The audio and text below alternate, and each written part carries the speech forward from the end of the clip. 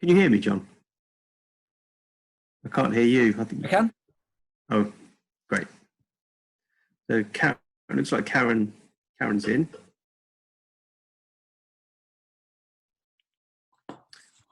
I'm in. Great, Karen. So just Gillian and Alina.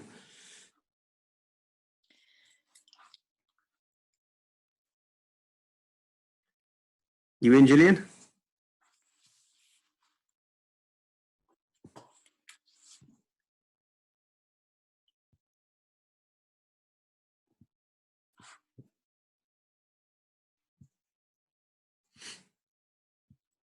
I would have my camera on, but unlike you two, I don't have any musical instruments in the background, so I'm not going to. Yeah, just thinking that. Yeah. Have you been sporting the tie every day, John? You're on mute still, I can't hear you. Yes, I have, yeah. Good on you. Are you wearing pajamas on the bottom? I've got, so we'll do, we made all of our staff, we have an 8 a.m. Zoom briefing every day. We made all of our staff stand up just to double check. Very good. Okay, do I have everybody? We've lost Gillian. Lost Gillian, unfortunately. No, Oh, Gillian is there? yeah. Ah, yes, great. Okay. So let me walk you through this. So all of our year groups have a Google Classroom. We used this already, so they were already set up, with the exception of year one. So we set those up just before we were closing, and we've done some remote work to help some of those parents. So the process is the same for each year group. So if we go into year 5, they have their Google Classroom, and every day the teacher makes one assignment which has all of their work in for the day. So one of the principles is we've tried to make this as simple as possible for parents. So it has to work for parents that aren't tech savvy and for parents that are working. So it needs to all be independently completable. And so what teachers spend their day doing is making the videos for the next day. So right now our teachers are recording videos that will be posted tomorrow morning. And each teacher is responsible for one video. So we think it's not hugely overly burdensome for them because in this class, Ruxa will do the book club, Kirsty will do the maths, and somebody else will do the science. So within this message, they say, hi, it's posted first thing in the morning. This post is where you can find all your work for today: maths, English, and science. So they're the 3 lessons that the children have to do throughout the day. We also post a fitness video that our head of PE does every day. Sometimes it's Joe Wicks, sometimes it's doing little trick shots with sort of like socks and things, a little challenge for them just to make sure that they're still moving each day. So the videos are all down, and then the stuff that the kids need to do are all down here. So if we look, for example, at maths, if a child decides the first thing I'm going to do is my maths lesson, then they click on the maths video. And then Kirsty's just using her maths mastery resources. Good morning, everybody. I hope you had a lovely weekend. We are starting a new unit today. Our new unit is going to be on different units of measure. So we're starting our first couple lessons with time. We will be going back to fractions, decimals and percentages after Easter to do a little bit of revision. But for now, let's start our new unit. And then the teacher will share their screen. On my screen with you. And we are going to start by going through Friday's depth question. So if you cast your mind back to Friday, before the weekend started, we were looking at percentages. We're going to follow these steps to check if Jake is correct. So the first step is to take your original price, which is 7,250, and divide it by 100. This gives us 1%. If 100% equals 7,250, then to find 1%, we need to divide by 100. If we go into there are 60. So the do now for that lesson Okay, that's the answer to E. We're going to start our new lesson now. So our LO today is to solve problems involving converting between seconds, minutes, and hours. So you'll do now, this is a bit of a memory test, I will remind you if you can't remember, is can you fill in the gaps here? 1 hour equals how many minutes? How many seconds equals 1 minute? How many hour equals how many seconds? Pause the video and have a go and see if you can remember. So the pupils will then pause that video and they've got a blank exercise book in front of them and they will write the answer in their blank exercise book. Once they've done that, then they hit play again.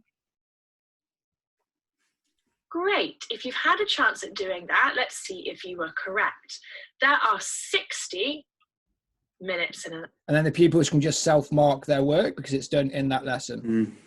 What happens at the end? So the pupils go through that whole lesson. It's half an hour. With the pausing, it takes them about an hour, and the pausing completing the work. And then there is a worksheet for this lesson at the end, but we don't expect teachers, we don't expect pupils to be able to print off the worksheet. So this is their worksheet. The end. And Kirsty's just giving them a quick naming the steps there, giving them a procedure. They also have the worksheet here, so they can click that and they can download it and have it available as well. So and we've made sure that all of these are possible to be completed within their books. So that would be maths.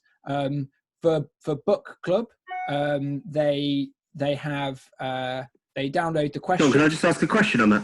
Yep. The previous lesson, so it seems like they're going through quite structured lessons, as it were, in the same way as they would if they were in school. That I got a bit confused on that last one. The before the do now bit, what was the bit that the teacher was going through? You're on mute again, John. Sorry. So each day the pupils for maths get what we call a depth question, and that's set at the end of a lesson, and it's not we don't answer that in the lesson. What we do is we answer that at the start of the next lesson. So we'll give them a depth question, which is a trickier one, and the pupils have a go at it. And then the next day the teacher says, right, let's have a look at this together and model how they would solve that problem. And then they go into the day's lesson. I see. Thank you. So for literacy, it's either we're working from a book. So year 5 is studying a book called Kiss the Dust. I don't know if you've heard of it. And it's about the Syrian refugee crisis. And the teacher writes so we, for all of our book club lessons, our reading lessons, we have a booklet with the questions which relate to the book and which focus on one particular skill. So here it's inferring characters' feelings. And that's what they're going to be asked to do. And again, the teacher just makes it so they take a photo of the pages so that the children and upload that. So the children, it's not let me share, but so those are there. And then they also make a video reading through and modeling how they would answer the questions. I'm just going to grab my charger because my laptop's about to die. So I'll let you watch the start of this video while I do that. Happy Monday. I hope that you've had a really restful weekend. For book club today, we are going to be focusing on chapter 6. There are a couple of items that you will need. You will need the following. You'll need a handwriting pen. You'll need a green or a red pen to tick or fix your answers. I'll be uploading the answers to the questions later today. You will need a highlighter to highlight any key information. And you will need pages or chapter 6. Again, I will be uploading this with the post, so make sure that you have a look. First thing I'd like us to do is very quickly go through the date and the learning outcomes of today. I'd like you to make sure that you write this in your home learning book. So make sure that you also have your home learning book in front of you. Pause the video and do this now. Great, so let's begin. So that home learning book is just one exercise book and they do all of their home learning in it. So they do their maths lesson, turn the page and do their book club work in it. Looking at the learning outcome for today's lesson.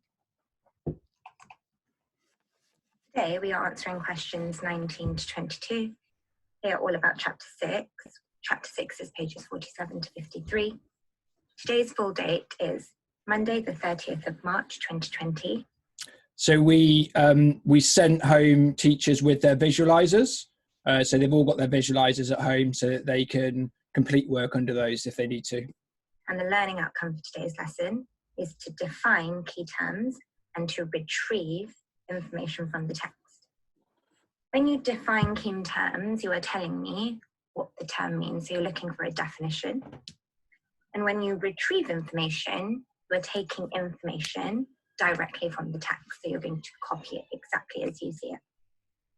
It's likely that the information that you take may be quotative.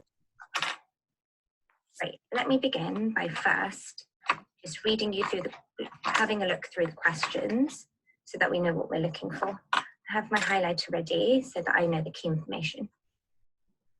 I can see question number 19 says, define capital offence. I know that for this question, I'm looking for a definition, which means I may need to read around the text to understand what these words mean.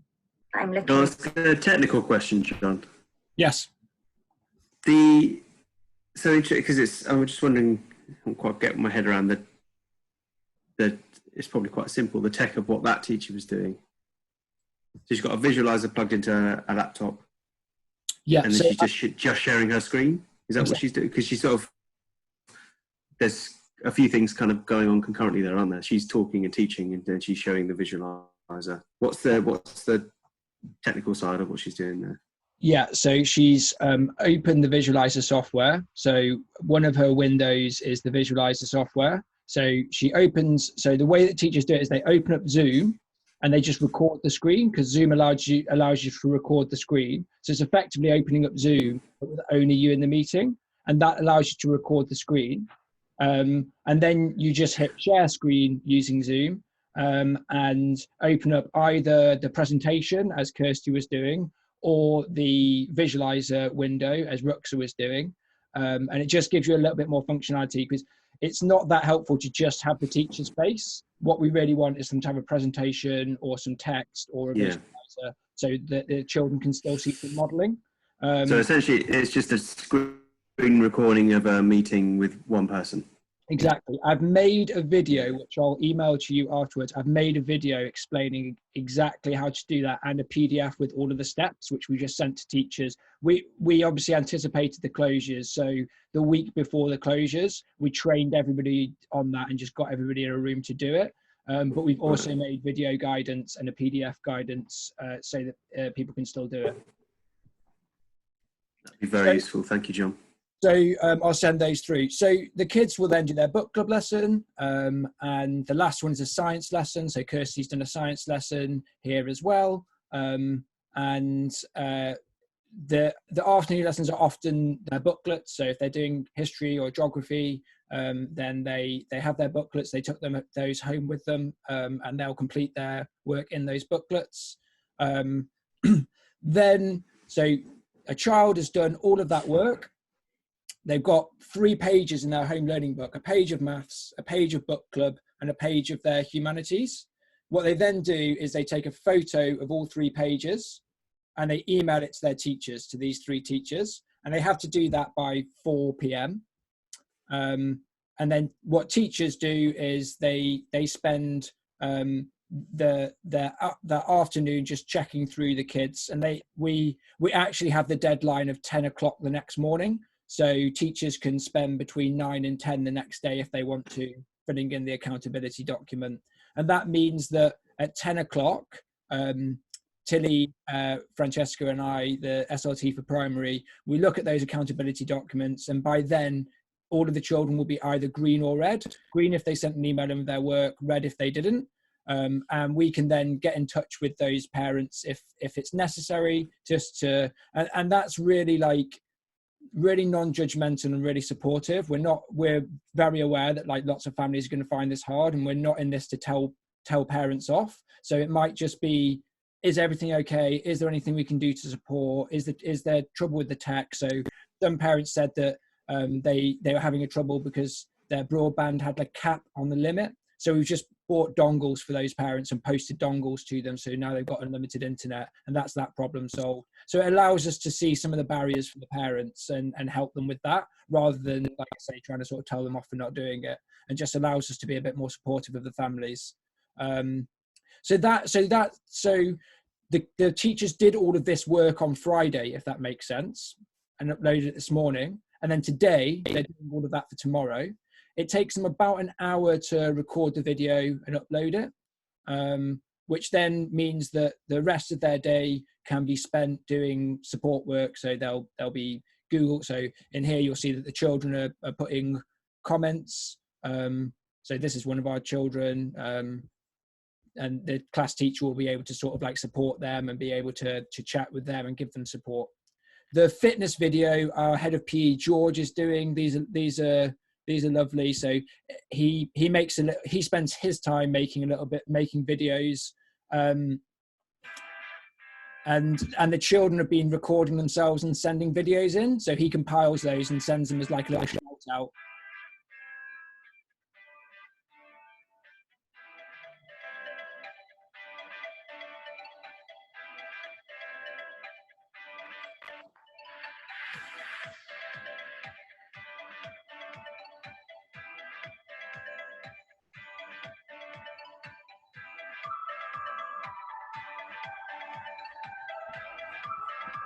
So obviously the children love to see themselves on those videos, and it encourages them to like get involved and send in stuff and keep doing the fitness. And like I say, he gives them little challenges. So it was a trick shot challenge this week where they've been doing all sorts of interesting trick shots with tea bags and spoons and socks and balls and things.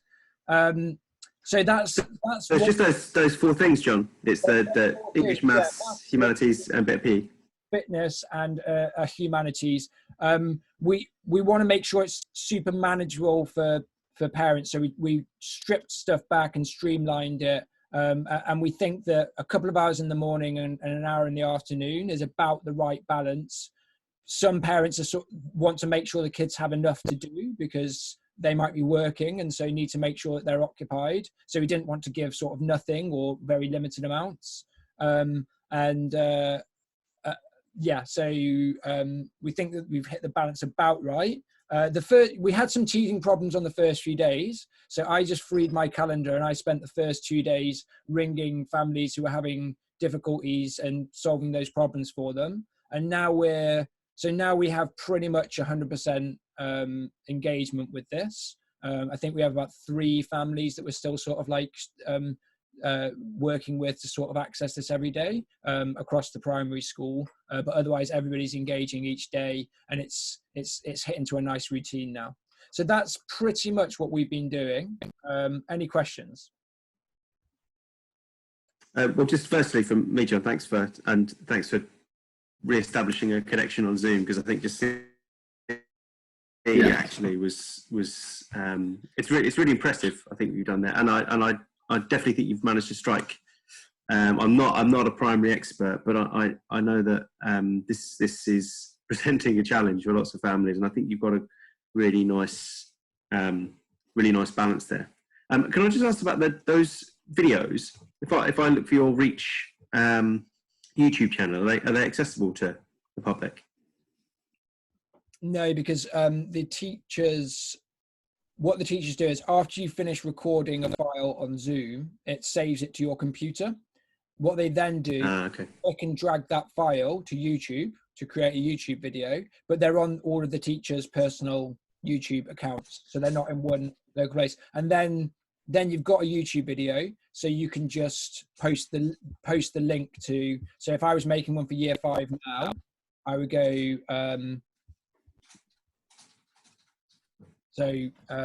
Here is the learning for today, and let's go to YouTube and say,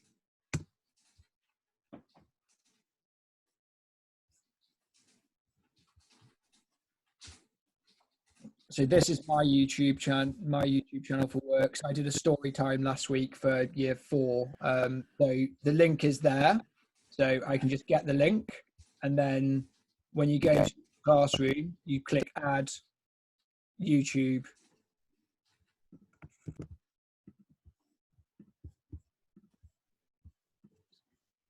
So here's the story for today. Sorry, that's one more thing. We also do a story time every day. So whatever their storybook is, we just record, a teacher records himself reading the next chapter of the storybook. And then at 3 o'clock, the kids can have story time every day still. Okay. And then you post that and it's up there for all the children. That's great. Thank you, John. Could I just ask, John, thank you so much for doing that. That was really helpful. With regards, I can see that you're using Google for kind of setting the work. Do you use any of the Google Docs for the children to collaborate on any assignments or kind of any of the facilities there? The short answer is no. We did consider making Google Docs and then submitting them through Google Docs. We think that's probably a level of complication too far. We want to keep it as simple as possible. The other thing is parents are using all sorts of different devices, especially if they've got siblings. One kid could be watching the video on a phone, another kid could be watching it on their parent's laptop, or they might be sharing a phone to watch them. And so if we said the work will be completed via a collaborative Google Doc, I think we immediately then open up, let's say only 10% of parents can't manage that because of a phone. That means we've got 60 emails coming in saying, how on earth are we supposed to get this Google Doc open? And we don't really have a solution for that other than like buy a laptop, which we don't think is a reasonable ask. That's the reason that we haven't gone for that. Having said that, if parents or children want to create a Google Doc on their Google account and upload that or share it with the teacher, that's something that's fine, but it's not something that we would ask everybody to do. So whenever we ask everybody to do something, we like stress test it in terms of, is this something that's reasonable that a working parent without much technological, without many tech devices and without much technological knowledge would be able to support with. Otherwise, we're putting like additional stress on parents. Whereas the way we have it at the moment means that kids can do this completely independently. They've got the video open either on a phone or on a Chromebook or laptop. They pause it and complete the work in their books. It's super visible, the accountability, because either they've got a page of work in their books or they haven't, in a way that Google Docs aren't really accountable in the same way. And it means that teachers are only looking in one place at the end of the day. They check their emails. If they've got an email from the kid, they've got a green. Okay, thank you. That's good. What's the take up been like for the younger children? Sort of, you mentioned you'd gone as low as year one. Has that been as seamless, or has there been more issues with younger children? Slightly more challenging. So we do have 100% take up. No, sorry, we have one child in year one that isn't currently engaging with the work, and so we've just made a different plan for them. But otherwise, there were a few teething issues.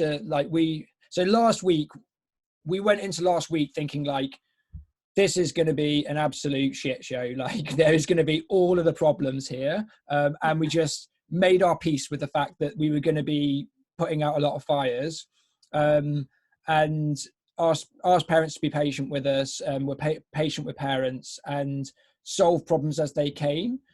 So there were fewer and fewer as the week went on. So parents in year one, we do need to rely a little bit more on the parents getting the stuff set up. So they have to log the kids in and then the kids can click the videos. But the kids in year one are perfectly capable of clicking a video, pressing it to pause it again and completing their work, in their books in the same way. So the tasks we try to make as simple as possible. So one of the literacy tasks for year one might be, at the moment we're studying, we're studying Katie Goes to London, and we read that book, or maybe read that book on screen. Your task is to draw pictures of all of the things that Katie saw on her trip to London. So open your book and draw nice pictures of all the different things that she saw in London, and then they'll submit that. So that will keep the children busy for a good sort of 20 minutes, half an hour, and it's something that's perfectly achievable for them to do. Yeah, I don't think there's a child in the land these days that can't watch a YouTube clip and whatever age. I'm sure even younger than that. So yeah, that's a good workaround there. I take it you've not done anything for your early years children. Yeah, we do. So we have nursery and reception on a similar system. Okay. So we so the difference there is that we don't use Google Classroom for nursery or reception.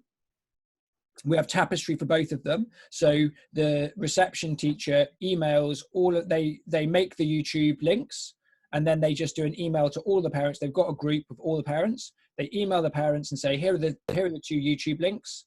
And then the kids do the work, which might be written, or it might be some other activity. And then the only expectation is the parents take a photo of the kid doing the activity or the outcome of whatever the activity is, whether it's a picture or building something with Lego.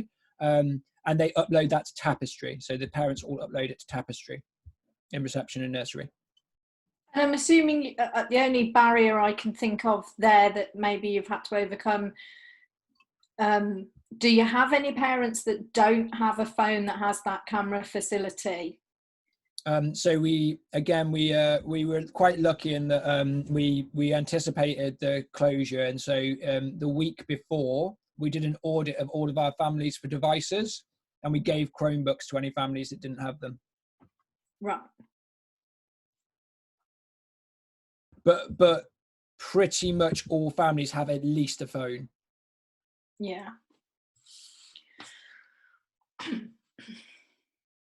So helpful, John. And Gillian, are there any just schools in the south? I'm not sure where Sarah's at with all of that stuff. Is that been useful to look at what John's done there? And do you have any questions in particular?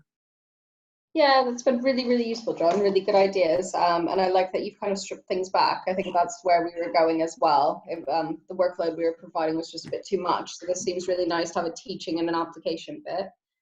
In terms of Key Stage 1, do you have a phonics session for the children as well to keep that going? We don't know. We suspended phonics. It's a really good question, and so because it's a difficult question, we basically said, let's think about that another day, and we haven't. That sounds fine. What, Gillian, Karen, have you done anything with phonics, or any of your academies continuing that in some form or another? Yeah, all the ones in the south are. I was going to say, we've got some doing it through, they've set up the YouTube kind of pages, and they're delivering lessons. The bit we hadn't got was, if you like, the delivery method using the Google Classroom, which obviously then just keeps it all tightly together and gives you that ability to sort of see what the children are doing. So they know they're getting hits on their YouTube pages, but that doesn't necessarily mean the children are doing the work or are able to have that interactivity that obviously Google Classroom enables you to have. So that's really good. Yeah, we found closing that feedback loop has been really important for motivation, because then what we do is, Kirsty, for example, looks through the kids' work or sees that some children are commenting on Google Classroom, and then just really, so then at the start of the video today, she'll start off by saying, I just want to say, Ileana, thank you so much for your comments on Google Classroom and your hard work at home. It's so great that you're doing so much science work at home. Well done, Ileana. And then that's like a big boost for kids, and it makes them want to engage a bit more because they want to get a shout out from their teacher as well. That's good. John, can I just quickly ask, thanks ever so much for going through that, by the way. That's been really interesting, really valuable. Do you do any kind of as a leadership team, do you do any kind of pre-moderation of the work before it's set? No. So what we're trying to be kind to our teachers as well. We are giving feedback, but trying as much as possible, like aware that we have asked teachers at the drop of a hat to completely adapt to the new system. But having said that, we watch, so we split them up and we just watch the videos each day, and we just give a bit of feedback, which may well be just like, Kirsty, your video is absolutely great. I thought the tasks were really well thought through, and they so well done. But then there have been other cases where I've just dropped a message to Juan and said, Juan, I was watching your video, and to be honest with you, I found it a little bit complicated. I think there are a few too many tasks. I'm just trying to think of a parent, of a child that doesn't have that equipment available to them. I think that they wouldn't be able to access it. And they just adapt their videos. Then they just know for the videos going forward, they need to simplify them a little bit. So certainly not in a sort of like performance management way. No, of course. But just in a general sort of like feedback of that's what we're doing as SLT at the moment. Just watching the videos and giving a few little pointers of this might improve it a little bit for next time. So what have you given, just in terms of the curriculum, John, what have you given as guidance to the teachers about content selection? So using your Year 5 example that you've talked us through, how have the teachers selected the content from what would ordinarily have been the Year 5 curriculum, or have you kind of stepped out of that and adopted some kind of different model? So maths is simple because it's maths mastery, and so we're just continuing with the units from maths mastery. Literacy and book club, we've sort of collapsed into one, so it's slimmed it way down. So previously what we used to do, what we would do in normal times, is the children have an hour's writing lesson, an hour's reading lesson every morning, and they might be based on the same book, but they might not be. So what we've done is we've decided that literacy is just going to be whatever their book was for book club, and then on Monday it's book club. It's reading, so it's a reading lesson, answering reading questions like you saw at Ruxa today. Those booklets are already written. So over the last few years, all of the books that we teach in Key Stage 1 and Key Stage 2, we've written an accompanying booklet with somewhere between 50 and 100 questions. So each lesson, the children answer 5 or 6 written questions in response to them. And they're just using those booklets. So that's the questions. And then for literacy, we've abandoned our medium-term plans. So what they were going to do for literacy, we've just abandoned that because it's too complex to do over distance. And so we're just asking them to create fairly meaningful, rich literacy tasks. So it could be in the chapter today, we were learning all about Zainab, the main character in the book. And so what I'd like you to do is write a letter to Zainab giving her some advice, or what I'd like you to do is describe Zainab as a character, and then the teacher will just quickly model what that might look like, and then that's the task that the pupils have.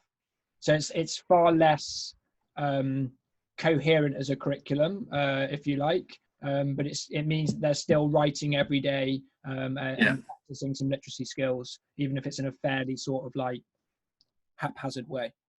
Yeah, great. Thanks, John. That's really helpful. Thank you. So I was muted, I was talking away. That's been so helpful, John. Thank you. I'm conscious of taking more of your time, and you've given us so much already. Hopefully, Karen and Gillian, that's been helpful for you in your context. I've tried to as well. I tried to record this. I don't know where it's going to go. I recorded it, so I'll send the file over to you. That'd be amazing, yeah, because I think then if I can share that link with Karen and Julian if they want to share anything with some of their primary colleagues, that would be great. So what I was planning on sending over, sorry to interrupt, I was planning on sending over this video, obviously. I'll send over a Key Stage 1 video from one of our teachers. I'll send over a Key Stage 2 video from one of our teachers. I'll send over the explainer where I've made a video like this showing exactly how to make a video from scratch, which anybody can do at home. And I've made a PDF guidance as well, stepping through that. So I was planning on sending that over after this call. Is there anything else? That's brilliant. Thank you. Yeah, that'd be wonderful, John. I'm thinking just in terms of the video content as well. The content obviously will be different, but the actual delivery method of those videos looks great. And actually, for a lot of secondary colleagues that I'm working with, it's the same challenges that apply. So that'd be really useful for me as well. So unless anyone's got any further questions now, I guess now would be a good time to call a close on the meeting. But John, just for me, just thank you very, very much again. We'll be in touch again, I'm sure, at some point about further discussions around Reach curriculum. But yeah, that's all from me. If anyone else has any other questions, that's fine for me. No, thank you, and for organising, and thanks very much, John, for giving up your time. Really appreciate it. Thank you. Yeah, massive thanks from me too. Thank you. Thank you, John. Super. Thanks, everybody. Enjoy the rest See of you the soon. day. Thank Bye. you. Soon. Bye bye.